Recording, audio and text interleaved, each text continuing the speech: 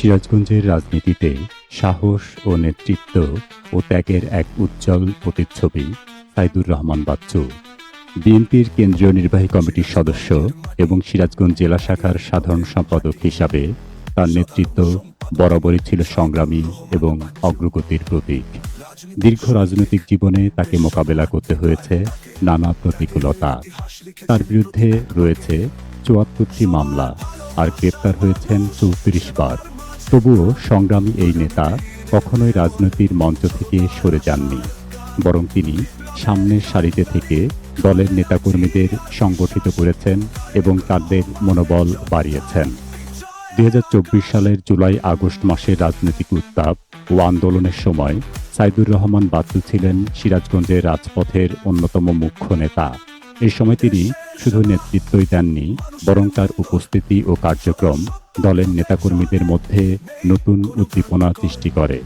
কঠোর নিরাপত্তা আর রাজনৈতিক চাপে থেকেও তিনি তার লক্ষ্য থেকে সরে যাননি। তার দৃঢ় মনোবল এবং সাংগঠনিক দক্ষতা সিরাজগঞ্জের আন্দোলনকে এক নতুন উচ্চতায় নিয়ে গিয়েছিল। সিরাজগঞ্জের রাজনীতির ইতিহাসে যারা তৃণমূল পর্যায় থেকে নিজেদের তৈরি করেছেন, তাদের মধ্যে সাইদুর রহমান বাচ্চুর নামটি অন্যতম।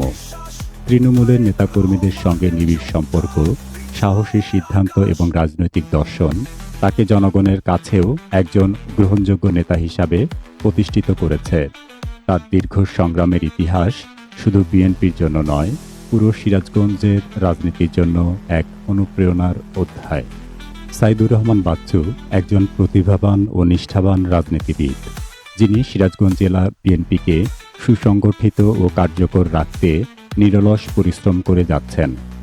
মাথায় ৭৪টি মামলার বোঝা থাকা সত্ত্বেও তিনি রাজনীতির অঙ্গন থেকে এক মুহূর্তের জন্য বিচ্যুত হননি। তিনি দিনরাত কাজ করে সিরাজগঞ্জ জেলা বিএনপির ১৮টি ইউনিটকে সুসংগঠিত করছেন এবং নেতাকর্মীদের উজ্জীবিত রেখেছেন। মামলা মকদ্দমায় বিপর্যস্ত হয়েও তিনি রাজপথে সক্রিয় ভূমিকা পালন করেছেন, যা তাকে দলের নেতাকর্মীদের কাছে একটি আদর্শের ঠিকানা ও বিশ্বস্ত এক নিরাপত্তা প্রহরী হিসাবে পরিচিত করেছে।